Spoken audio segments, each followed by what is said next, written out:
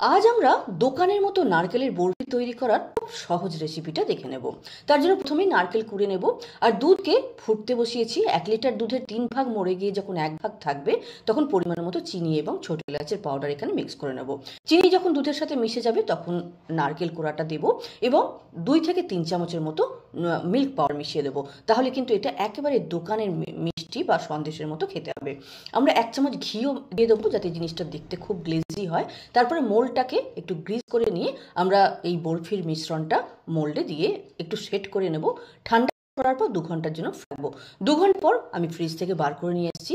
দেখেই বুঝতে পারছেন খুব সুন্দর সেট হয়ে গেছে।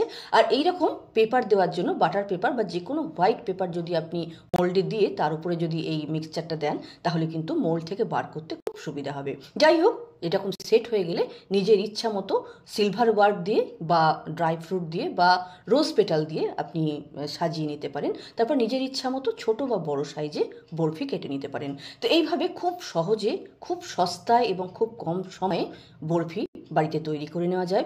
ভিডিওটি যদি ভালো লাগে অবশ্যই লাইক করে যাবেন। আর এরকম আরও ভিডিও পেতে চ্যানেলটিকে সাবস্ক্রাইব করে নেবেন।